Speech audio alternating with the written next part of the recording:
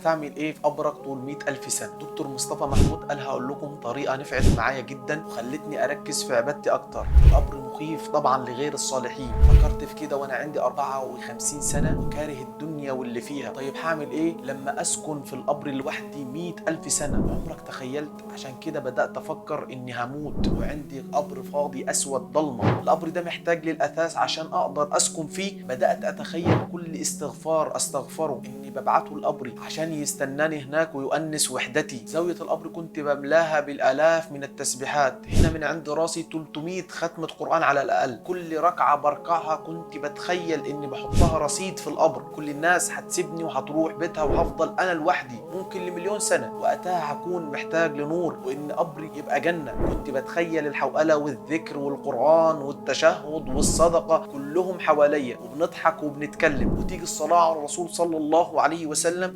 تشاركنا الجلسة. حياة ما بعدها حياة. ده أفضل من إني أنزل هناك وألاقي غيبة ونميمة وألاقي كل أعمالي كانت لمطالب الدنيا وما فيش حاجة لوجه الله سبحانه وتعالى، وألاقي مستنيني العذاب والضرب والسواد والحساب الشديد. نصيحة لك من النهاردة، خلي قبرك بنك، حط فيه رصيد. اهتم بعبادتك، اهتم بعبادتك أكتر من الدنيا. حتى وانت في قبرك هتشكرني من هناك، صدقني. انت دلوقتي بين أهلك لابس وشارب واكل ومتهني وعندك كل حاجة، ورغم كل ده برضه كاره نفسك، فما بالك تحت الأرض؟ عشان كده اعتني بكل عبادة لك وبكل تسبيحة وقول لها اسبقيني لهناك في القبر، هنتقابل وتكوني خير أنيس وخير جليس. اللهم قنا عذاب القبر وارزقنا حسن الخاتمة.